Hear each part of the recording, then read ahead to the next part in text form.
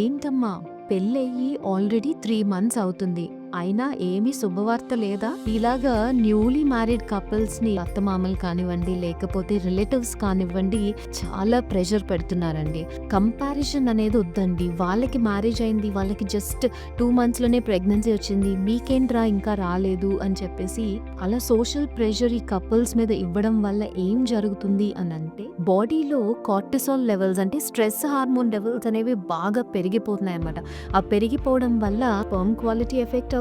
అలానే egg quality కూడా effect అవుతుంది. Couples it's their own decision అండి. అంటే వాళ్ళు ఫిజికలీ ఎప్పుడు ఫిట్‌గా ఉంటారు and mentally when they decide to go for pregnancy, let them take their time and decide upon it. I think third person interference ఇందులో అవసరం లేదు అని నా ఒపీనియన్.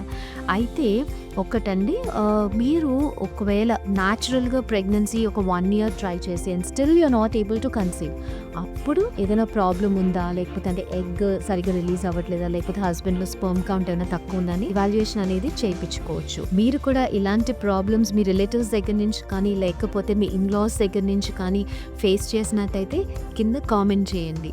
Thank you.